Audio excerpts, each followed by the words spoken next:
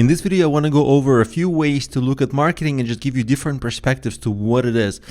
This video is brought to you by EpiPies Academy. The first one is something we can all relate to, and that's sell, promote. Whenever we are starting out with something, there's a lot of stress on us to make money and sell, and so we're in that mode, and that's kind of like a short-sighted thing small business owners have, is they just need to make money and they're relentlessly focusing on sales.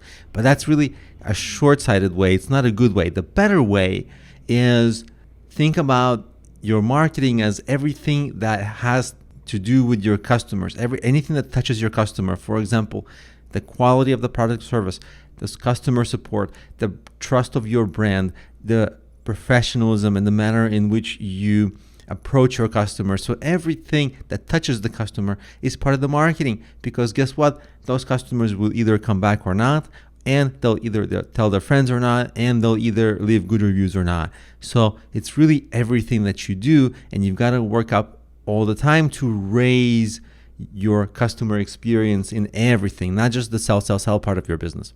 So that's how small business owners experience marketing. Now there's another way to look at marketing, and that's the historical perspective, because what is a market? Well, a market begins to exist when someone with a need comes in contact with somebody with a solution. A need and a solution. When they meet, that's a market. There begins to be a trade of goods and services, and the price is obviously determined by the need. How much the person is willing to pay for the solution versus how hard is it to provide the solution, and all of that.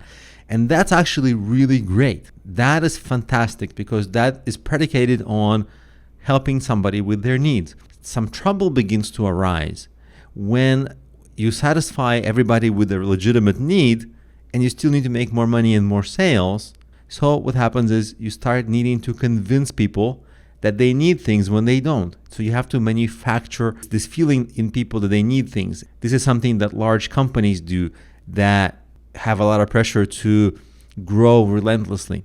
So you have phenomenon like the Marlboro Man, because smoking, everybody knows it's bad now, but everybody also knows that like the Marlboro Man, he was the cool person, right? They didn't show that he was going to get lung cancer from smoking. They just showed that he was really cool, and they created this fake image that looked real, and people kind of actually aspire to be like that person, right? So it's all totally fake marketing.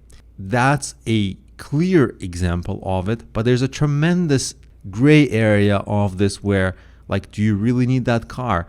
Do you really need to go on 20 travel destinations? If you look at every big industry, typically it originates in something good in moderation, and what companies in that industry have done is they spend trillions in marketing over time to create a feeling in us, the consumers, that we really need it much more than we do. So people get this lust for things, cool cars that really, we just need to get from point A to point B, and we can take a bicycle.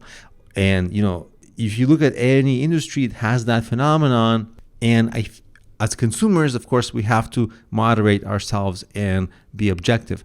But as marketers, we have to understand what's really going on underneath and how it affects our business.